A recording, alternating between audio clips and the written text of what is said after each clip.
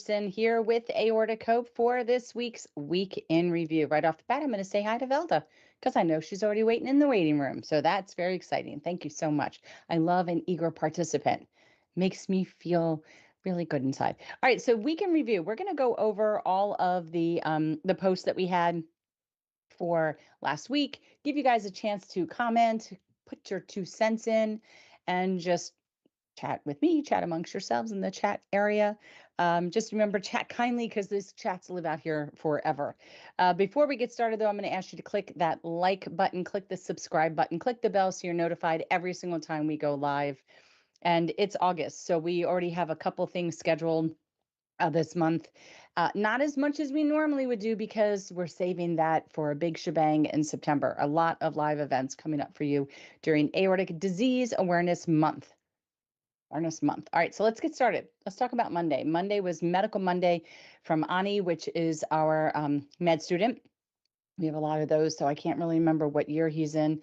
But really what we've been talking about, this was wrapping up July. And during July, we were talking a lot about the different types of surgeries that surgeons can actually do to fix people's hearts or fix their aortas. So every month we have a theme. So this was kind of wrapping that up. So patients, they sometimes require additional surgeries after their first one. I think we all know somebody in the community who's had more than one surgical procedure.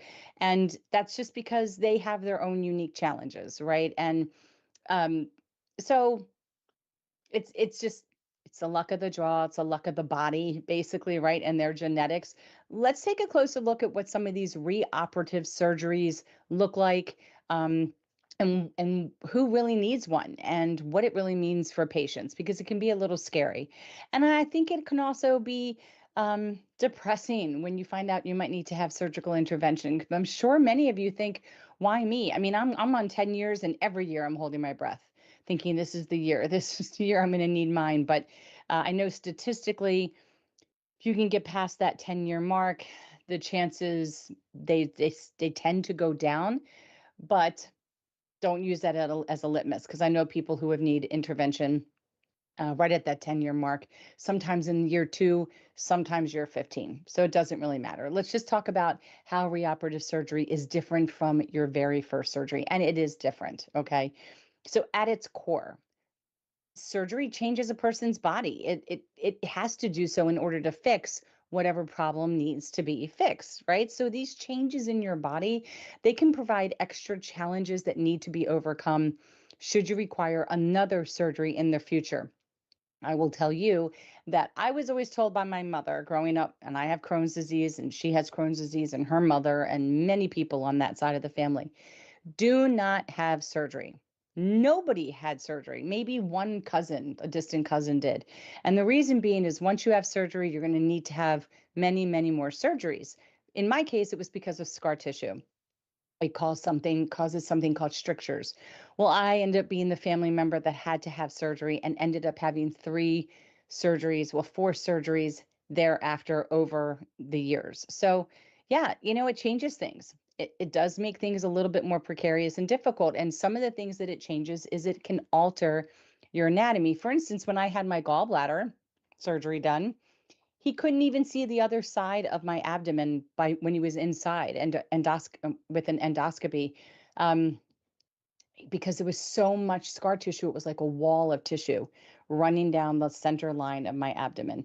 So it alters things sometimes. And once you have a surgery, your anatomy just never going to be the same. And your surgical team needs to account for your new anatomy when they're planning the strategy for the reoperation. Then they need to do this to ensure that they can successfully accomplish the goal of the surgery. So it's something to take into consideration. We were just talking about this one, scar tissue. The body naturally produces scar tissue during the healing process after surgery. It's just happens to everybody, okay? And the tissue is often very dense and it can be quite extensive. It really depends on how you scar. But what it does is it makes the operation slightly more difficult because it hides important landmarks and structures, making it a little bit more challenging for the surgeon. And the scar tissue, which you might hear the word adhesions, adhesions, because that's what's inside. It can also fix to other structures. This is very common with abdominal surgery. Once you have your intestines operated on, you form adhesions. That area can adhere to your abdomen wall. It can adhere to a fallopian tube. It can adhere to the stomach. That has to be undone. When a surgeon goes in and they see this, you gotta cut it away. But every time you do surgery, you're at risk for additional adhesions. And it just puts these things back together. It sutures them together naturally in a way that kind of makes it really hard to separate and manipulate things throughout the operation. The other thing to consider when you're having a reoperation, or just things to understand that may or may not happen, because if you need to have another surgery, these are not things you should be taking into consideration to make you say, I'm not doing it. If it needs to be done, that's your first priority, right? But you need to understand the potential complications. So the third would be, it really all depends on your age and if you have other medical conditions. So people who need reoperations often require um, they require them in years or maybe even decades after their initial operation. And age increases, well, the increasing age significantly impacts our ability to heal and overcome the stress of major surgery. So, older patients are more likely to have other medical conditions that can make surgery a lot more complicated or risky. And so, because of this, surgeons need to be really careful when evaluating patients for reoperations to ensure that the risks of the surgery don't outweigh the benefits that the patient might get from it. So all these things are taken into consideration. Wow. We were just talking about post-operative issues and during operations. I was just talking about the intestine, and I swear I don't even remember this post. So here, believe it or not, like this isn't even all of your small bowel. There's so many miles of small bowel. It's crazy. So there's feet after feet after feet of small intestine, and then you have your large intestine. So here is a look at severe adhesions from when somebody had surgery in their intestines. It just kind of looks like spaghetti, but see what happens is that when that surgery happened, the adhesions connected the small intestine to the lining of the stomach, right? That's not a good thing. Those cause pain, especially when scars tear internally. And a lot of times when women are pregnant, you feel this stretching and pulling because things naturally can just adhere and it burns. It burns when they rip. So, you know, it, it's not a pleasant experience. But for all of these reasons that were mentioned, reoperations will usually take longer and are considered higher risk for complications more so than first time operations. That's just what it is. And however, they can be and often are life changing surgeries for patients who truly need them. So don't be fearful of having that reoperation. Be educated so that things aren't necessarily a surprise, right? It's vital for the patient and for the surgical team to work together to determine if doing another surgery is actually the right solution for the situation at hand. I was told emphatically by my gallbladder surgeon, I have a hernia, do not have hernia surgery. There's no way. You have so much adhesions inside. Only do it if it's life threatening. So I was like, fine, I'm out. I'm not considering it then. If you're telling me save it for life threatening moments, then that's what I would do. So again, that's why this post was created, because we may need reoperations. And again, this is just to inform you. It's not saying it's going to happen to you. It's just part of the educational process and things that you can take back to your healthcare provider in your attempt to ace this healthcare journey. This is part of the education. And, again, what do? We advocate, we communicate, and we educate. So this is all part of that process. And that's your Medical Monday, guys. All right, Josh, who else is with us? Who else Tom has on this joined the Monday? chat. Hey, Tom. Good to have you. Cannot believe it's August. It's our first one for August. Amazing. August is just going to fly by, fly by. All right, we're still into medical posts here, wrapping up the whole theme about surgeries when it comes to aortic disease. And this one was about the Dacron graft, which a lot of us all know about way too well. So We want to help you guys understand the role of Dacron grafts in aortic surgery. So, if you or a loved one are undergoing aortic surgery, you probably have heard of a Dacron graft, right? Let's talk about it in simple terms. What is it? So, a Dacron graft is a synthetic tube that's made of this special material called polyester, right? I think we've all heard about polyester, probably been hearing about it since the 60s and 70s. So, this material is used to repair or replace damaged or diseased parts of the aorta, which we know is the main artery carries blood from the heart, right? So, why are these grafts used? And I'm going to talk about a story I have with the grafts. They're strong and they're durable. Number one, that's why this material is used. They can withstand the pressure of blood flowing through them, especially if you're going to need it in the ascending area where the highest volume of blood and the biggest force is going to be found. They are safe for the body, and the material is designed to be compatible with the body, reduces the risk of complications. You're typically not going to um, what's the word I'm looking for when the body says, no, I do not like it. You're not going to, it was just in my head. That word. You guys will think of it. Somebody will call it out. When you're reject. You're typically not going to reject it. All right. It also promotes healing, believe it or not. These grafts allow tissue to actually grow into it. So there's anastomosis. If you have one end of your aorta, you have another end, they've cut out the area in between, they put the graft, they sew the ends together. That's the anastomosis. And what happens is your natural tissue starts to actually grow into the graft. They seam over very nicely together and it integrates with the surrounding aorta. That's why this material is used. So let's talk about what happens in surgery when you use these grafts.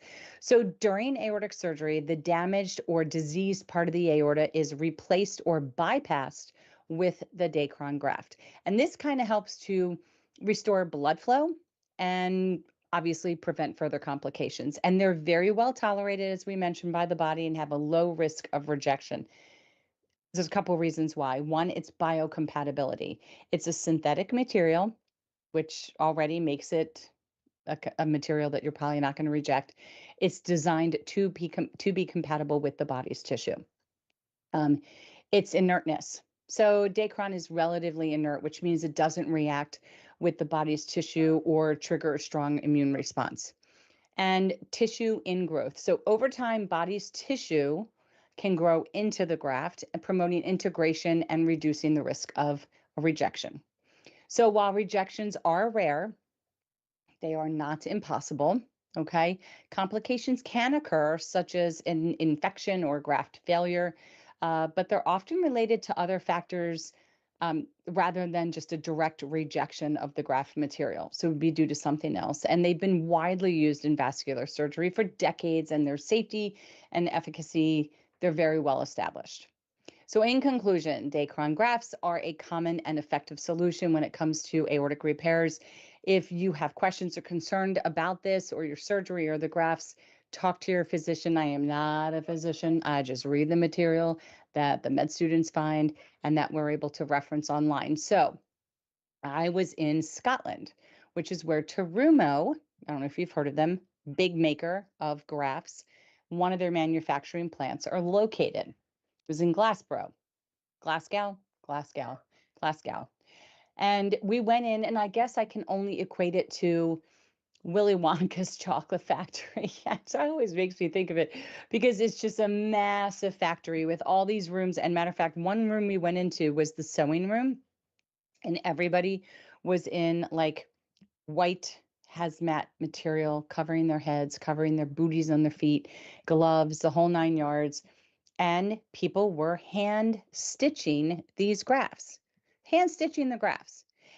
There's also a machine that they use and just, well, like a wand that takes samples and uh, it determines the level of any impurities in the air. And if it reaches a certain level, everybody has to stop, everybody has to leave.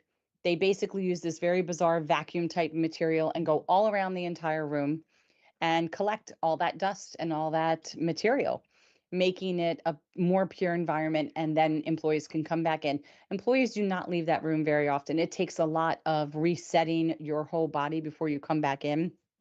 Um, and they sit there and they sew fast. And they're just looking at us through the window, but they hand stitch everything. It's amazing.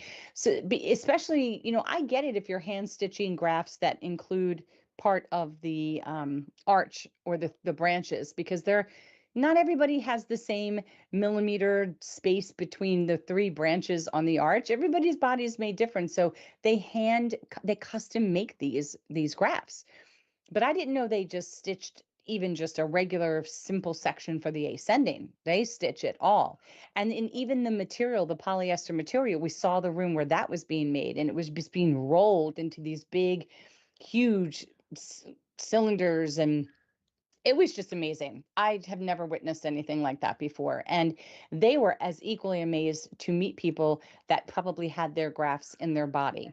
And they can actually look up and tell you if you can get the serial number from the graft that you used, they'll be able to tell you if their graft is actually in your body. And we had a match with somebody there, got to meet the person that worked on their graft and talk about an emotional moment. I mean, it's just amazing. It's just amazing. So don't take for granted these products that may be in your body, because the time that and the love and effort that was put into creating them, it's pretty remarkable. So that's your topic Tuesday.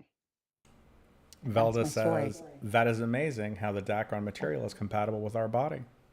Isn't it though? Isn't it? And and it's fascinating. I was talking to Dr. Fisher about valves because I know I'm going to need one day. And I don't want mechanical. And I was like, maybe I should just go cow. And she said, why wouldn't you go pig?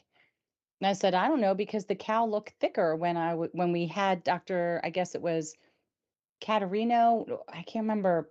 Maybe it wasn't. One of the doctors showed show and tell, right? And showed us the valves. It was Caterino, and it just looked thicker.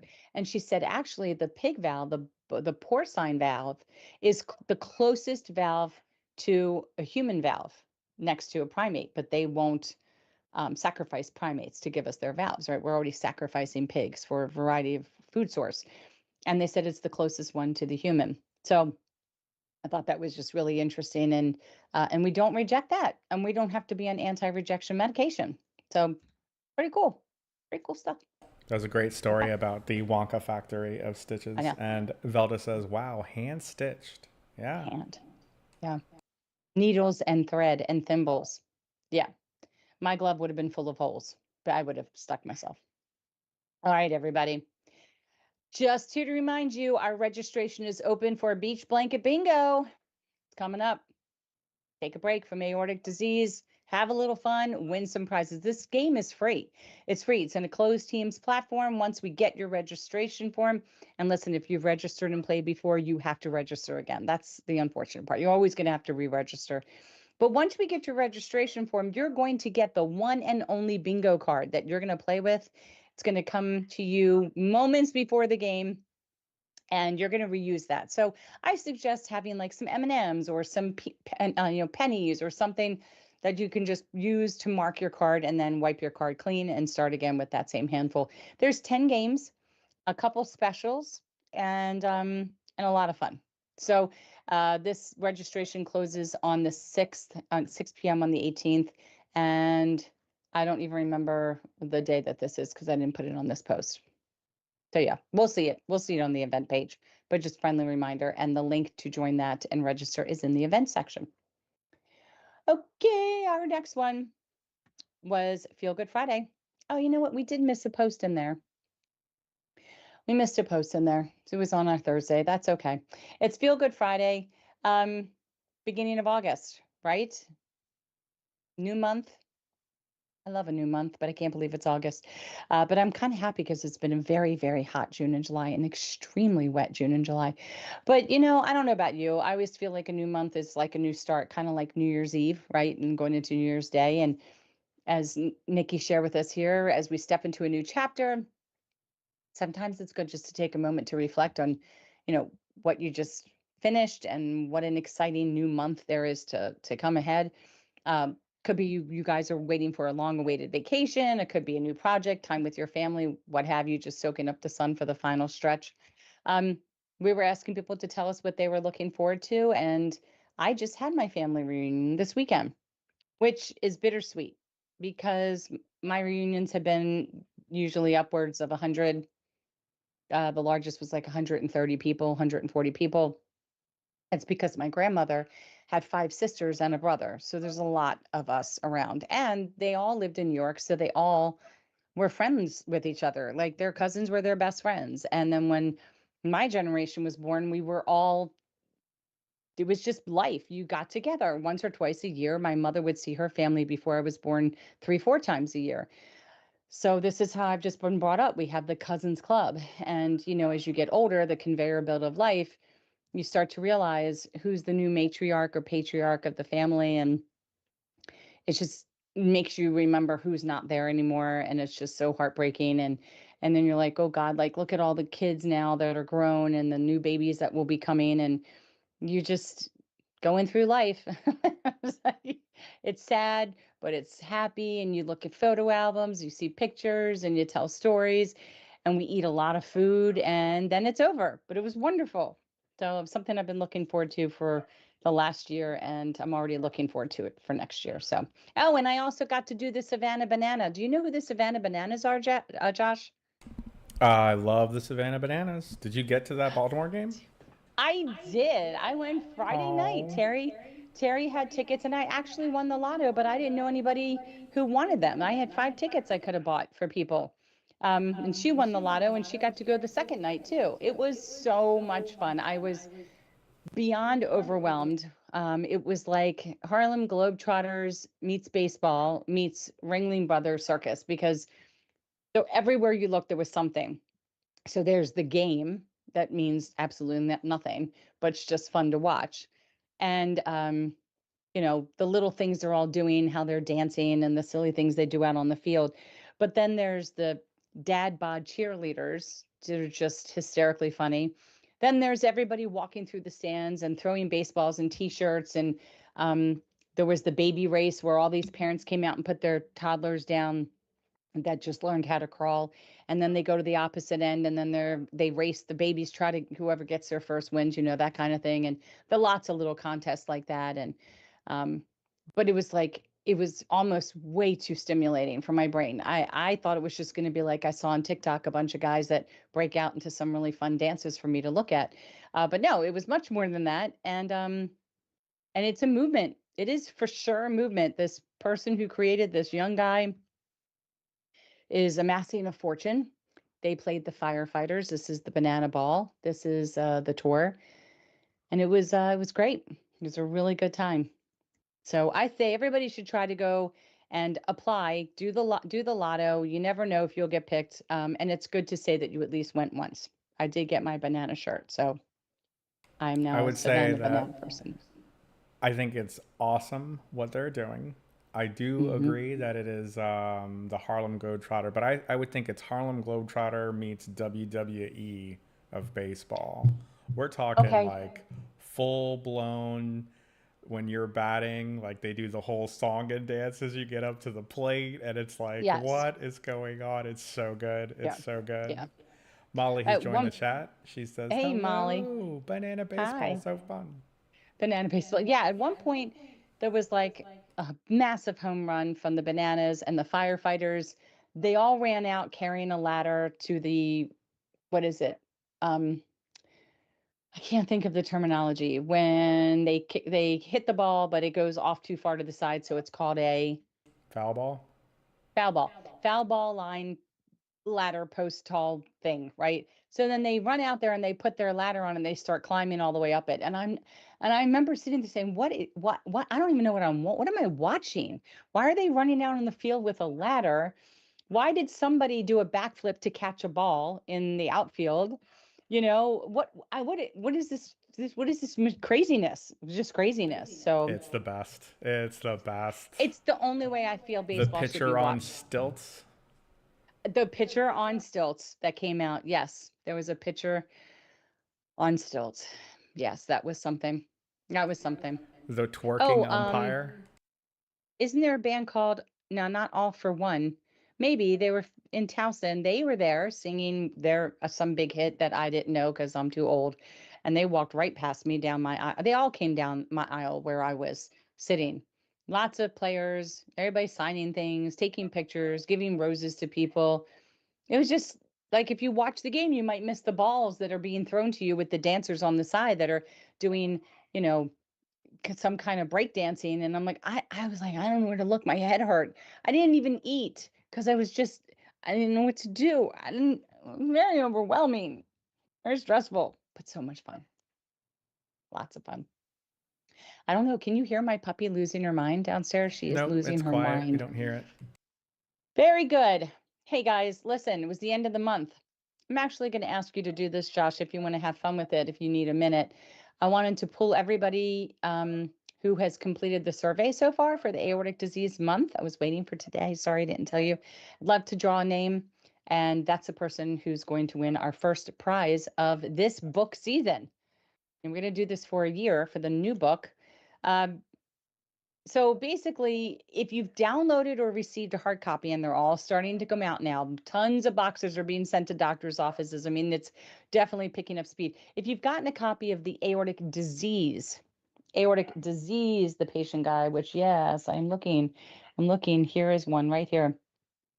The aortic disease, the patient guide book. This is book number 2. It's going to have the image on the bottom, not the top, like the dissection book. If you've had a chance to read it, we want you to please consider doing our online survey. The link is right here. It's everywhere. It's on our main page. It's on our Hope Shop.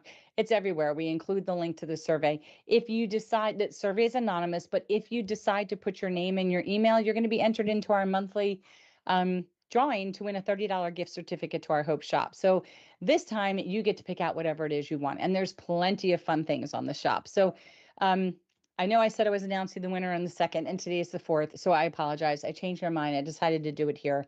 So hopefully Josh can pull together something real quick or we can have the names of the people who filled it out. So it's just perpetual. I'm just marking off names. So if you did it and you didn't win, you have a chance to win next month. Okay. Look, giving us this survey will really help us when it comes to our third guide. And there will be a third guide. I'm not going to say it's going to be a final guide, but I am going to say it's going to be something very, very different. And I really feel like it's something this community is going to really appreciate because it should really resonate with all of you, with the patients or survivors and the caregivers. So not so much medically related, but emotionally connecting. We'll say that.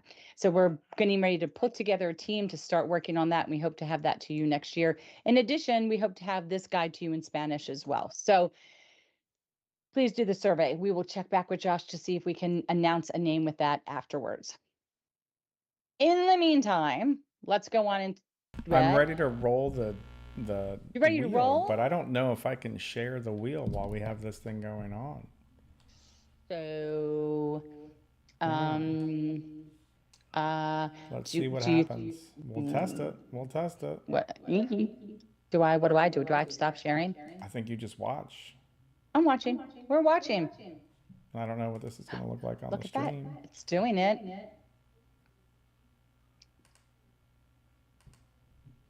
Yeah, I think you can see it. I don't think anybody else can see it.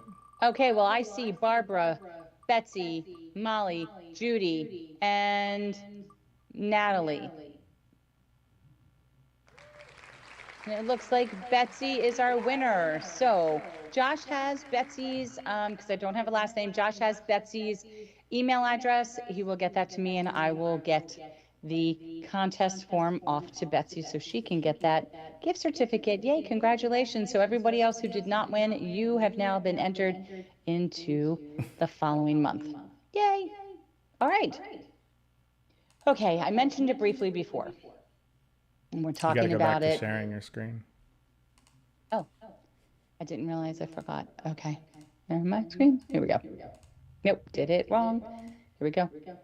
Share my screen here and then this. Okay.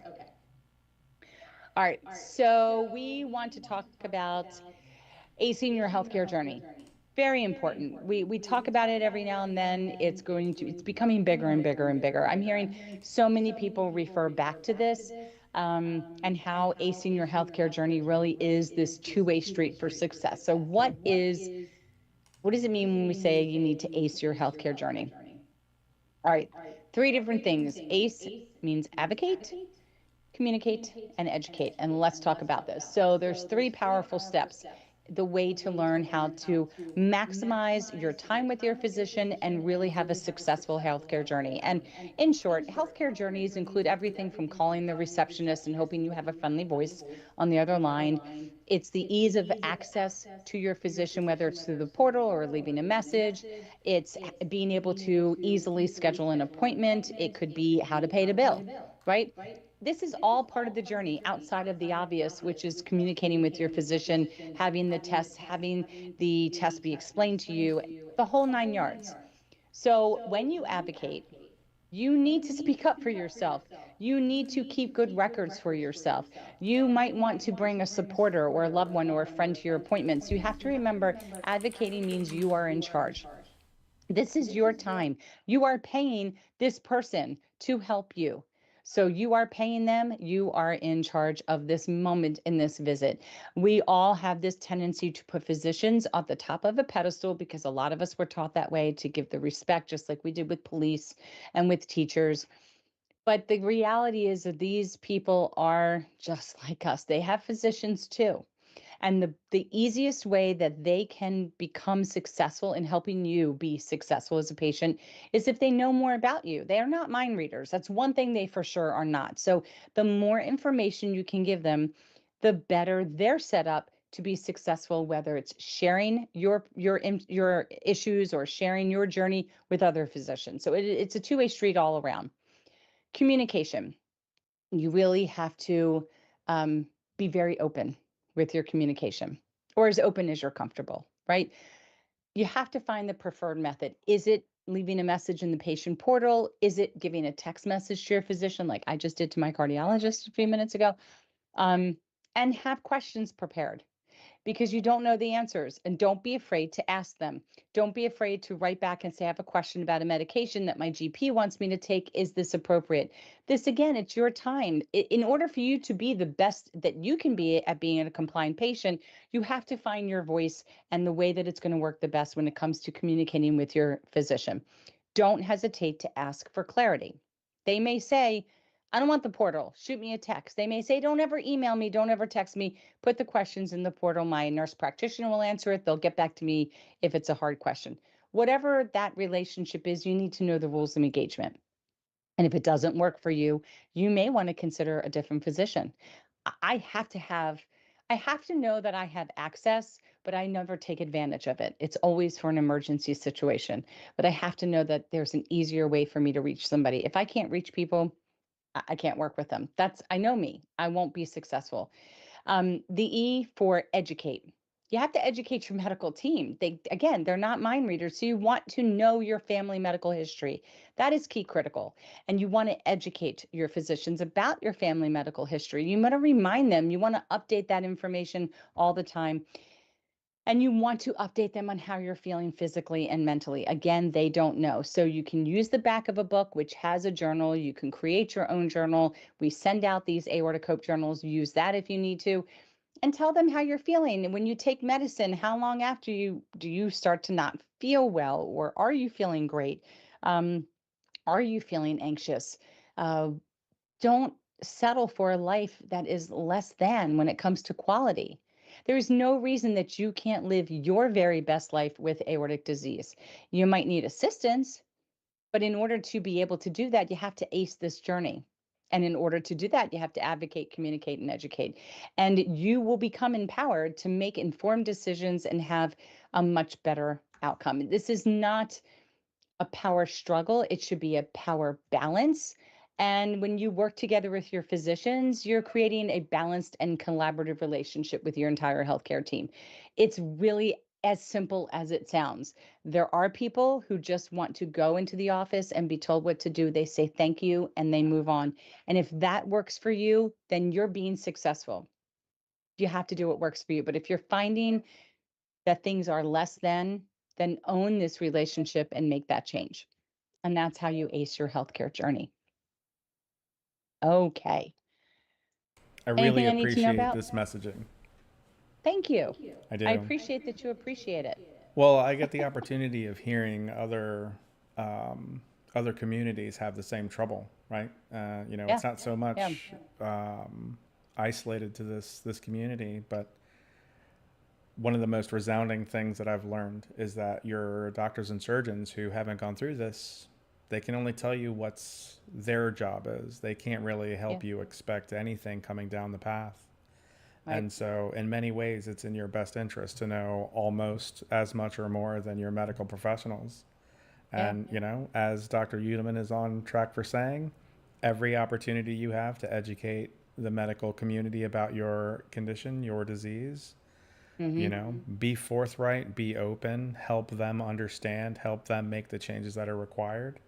Right. As we get medical students coming in and writing and seeing the community as it's being developed, I Hmm. think we're going to start to see a bigger change in the communication back and forth between the establishment and the patient setting.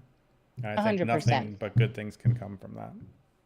And you are right. It's far from limited to just aortic disease. As somebody with um, multiple conditions in the gastrointestinal world, gosh, when I needed to have that ostomy surgery, and my physician's like, decide where you want your ostomy, and maybe put on a pair of pants and decide where you want it to. I didn't even know what are you talking about? None of it made sense to me. I didn't understand what he was saying. Like, what does it matter where my pants are? None of it computed that I was going to have this a thing attached to me. And when I zipper and pull up my pants, I have to make sure it all sits appropriately. It could have ended up in the waistband, but I thought better and did it above the waistband. And I remember he said, "Why is it so high?" And I was like, "Because I don't want it tucked. I didn't want anything tucked in. I knew when I stuck it to my tummy as a trial basis, because I asked to do that, I knew, well, if this is what I have to do with my life, then this is my choice. But even still, the nurses that came in to try to educate me, they did it by wearing an apron with intestines that Velcroed on to this apron so they could show me things and where things were going to be situated and how it worked. And I said to them, "Do you have an ostomy?" And they said, "No." I'm like, "Then why are you showing this to me? Why wouldn't a patient who has one come in and say, ta-da, and show it to me and let me see and let me touch and let me ask questions?" And I mean, I left there with 1 million questions that I had to just discover on my own. And nobody should ever be put in that position um, to have those kinds of questions, which is when I go through my past experiences, I am able to relate it a lot to this. And the last thing you want is somebody to have a million questions before they're going in for their valve replacement surgery, and then questions on what they're feeling. Is it normal afterwards? Or being diagnosed with an aneurysm, how do you live your life? You say, go live my life. I'm scared to even walk up a flight of steps, and nobody is walking them through the normalcy of walking up steps or having their first flu. They're going to survive it, but we don't know. And that's why these books were created. And that's why when Dr. Ulam and I were trying to think of our presentation to Scotland as patient and physician, I'm not his patient. He's not my personal physician. How did we come to this amazing relationship and become friends? And that's because we put each other on level playing field. He needs patience. He needs to hear from all of you. He needs patience to be like this, to be the best doctor he can be for you. And it just all kind of clicked. And I realized we're just people. We just have to communicate and get what we need to get out of it. And if everybody did that, they'd have a lot more success. So hopefully we're making a change. Hopefully we're making a difference with this. I think so. So Lead by I example, think so Karen. too. Trying. I'm trying. Sometimes it gets me in trouble, Josh. Okay. We were reminding everybody on Friday, did you guys realize that you can have an easy Facebook fundraiser? It doesn't have to be for your birthday. Look, AD Awareness Month is coming up in September, and we are able to do what we do for the community because of the generosity of people like you just making a simple donation. It could be $5. That's when I usually say thanks a latte because I know that's how much those funky drinks cost that you guys like to drink. Um, we are able to obtain some grants. We're working on sponsorships, and no one here derives a salary. We do all of this as a labor of love that we love doing. But if you wanted to, you can just click the donate button, right? But if you're part of Facebook and you want to have a little fun and really branch out and get your friends to participate, all you have to do is go to the About section of Aortic Hope. You scroll down until you see the word fundraisers, and there's going to be three dots to the right of that. You click that and you click the word raise money. That's it. And you start a fundraiser of your own. Not only are you raising money for Aortic Hope, but you're actually helping to create awareness because that goes live on your page. All your friends get a chance to see it. And then they are made aware of aortic disease. And again, aortic disease is so much more common than you think. So I'm going to task everyone to please consider doing a Facebook fundraiser. You can do it now. But if you want to start it in September for Aortic Disease Awareness Month, we are very appreciative if you choose us as the charity of choice. But again, know that 100% of the money that is raised will be used towards our initiatives back in the community. So, like, if you have any questions, you can send us an email at info@aortic hope. We'll be more than happy to walk you through that. Okay, that was the week. Yeah, I think that was kind of the week. That was the week. Easy week. A lot of different interesting things last week. All right, so what do we have going on? What is it? It is the 4th. We have our support group meeting happening tomorrow. It's open for anybody. Combo of Aortic Hope and Aortic Bridge. It's at 12 o'clock at noon. All of our times are Eastern Standard. If you have not registered, click this link. It'll take you directly to a registration form. You register once, you'll be notified every time we have those general open to all support group meetings. Okay. We do have our Canadian support group meeting, not limited to Canadians, but they're going to talk about the Canadian healthcare system. If you'd like to join just to lend some general support, feel free. Anybody can. You have to fill that out, but it's kind of really important that the Canadians have a place to get together to kind of talk about things that they understand that are relatable. We should be having a guest speaker soon for Canadian too. I know Velda is working on that. Um, then we have Therapeutic Thursday with John Quick. I have not been to, I think, no, wait, I lie. I think that we may have a guest this week, and I think it's Sean Nicole. That's what if I, it's just ringing a bell. Ding, ding, ding. I'm going to have to add that on there. So our very own Sean Nikosia, who's on the board of Think Aorta, and she's a volunteer here with us at Aortic Hope, will be telling her story from an emotional standpoint about aortic disease. And then we also later on Thursday night have our first aortic kitchen of the month of August, and it's Beat the Summer Heat. We're talking about beets. We've already established I don't like beets, but I'm going to take a look at it. I might sugar a beet and see if I like that. All right, every Sunday we have Qigong with survivor and community member Kevin Songer. We have our next open to everyone support group meeting is at 10 p.m. on Tuesday the 12th. And then we have our brand new live Q&A coming up, and that is our Wellness 101 with Dee Riete. Riete, did I say it right? Riete. Yeah, Riete. So Yes, yes, you Dee, did. yes, is going to be talking about aromatherapy as a tool for grounding. We're really going to focus in on that. She may focus on some other things too, but this is kind of the precursor introduction about aromatherapy. And then we will be having some blending classes online seasonally. So, probably once a quarter, we'll be talking about how we can blend different essential oils to produce different reactions from your brain, from your mood, from what have you, and what you're sensing and you're smelling. So I'm super excited to talk about that. I'm fascinated by that. And then we have our next caregiver connection where you guys can connect and talk about whatever's on your mind. That happens on Wednesday, the 13th at 10 p.m. Some of the other things, a lot of these happen throughout the month. They have different times. We have our summer bingo we just talked about. That's on the 14th at 7 p.m. Please, please, please register, register, register. Monday, the 18th, we have Molly Thomas as your host here because I am having a medical procedure that will keep me out for about 2 weeks. Then our next kitchen is Cool Summer Soups, which I'm excited to listen to as well. I love a good gazpacho.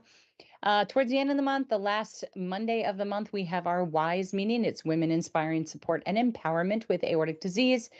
And then Tammy, our Tan Tam, will be doing her last week in review. And we'll get a chance to talk about that as we get further through August. She'll be doing it on Tuesday. Note the date change, not on Monday, Tuesday the 26th.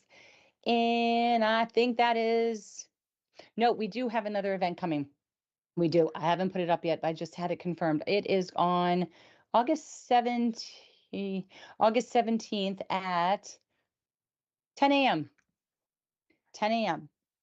I have to make sure that Josh says we can do it. 10 a.m. Walk in, we're going to learn about an upcoming series called Walk and Talk with Steve. Steve Freeman is a community member who walks and walks and walks. Kind of reminds me a little bit like Forrest Gump, but he loves walking. He's also a motivational and inspirational coach, life coach. Going to talk with Terry Cook that day because I'm out of town right before my shoulder gets done. And they're going to just tell each other stories a little bit. And we kind of want to find out what got Steve walking so much. This is leading up to what will be a more closed door, private walk and talk series with Steve so that we don't have a million people tripping over their feet and trying to talk at the same time while we're outside. This series could change. It is evolving. That's kind of like it when things first start because as they grow, we get to make changes for you. But I want you guys to get a sampling of what this might seem like and feel like. We've been wanting to do a walk and talk for a while. I just feel very confident that if you have an opportunity to talk to somebody while you're walking, if you hate walking, it's going to be much more fun when you have a chance to talk and feel super great because someone's telling you you're super great. Somebody that you can relate to that's not in the Peloton screen, but like a real person that, like, can relate to what you've gone through. Um, I think it's going to be fun. I think it's going to be awesome, a walk and talk. So he's super excited. We're super excited to have him, and we hope you guys will be able to join us. So that's our events. But before I go, um, I just lost. Here it is. I'm starting to share more and more because Kim McNicholas and I are going to be doing a live event right around the time that we talk about abdominal aortic aneurysms, which is typically like in the beginning of the month of September. She has a group, a very large group called Peripheral Artery Disease Support Group.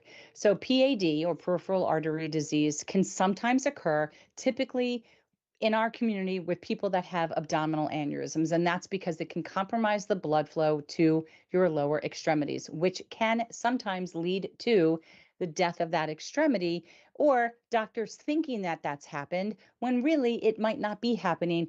And for a variety of reasons, you need to learn how to advocate, communicate, and educate, especially in this disease group. So if you have an abdominal aortic aneurysm and you've not been diagnosed with this, I'm not saying you're going to, but it's something you might want to look into, learn a little bit about, and know about this support group in case you're in a situation where you need people backing you up and in your corner to help you fight for limb saving situations. Okay.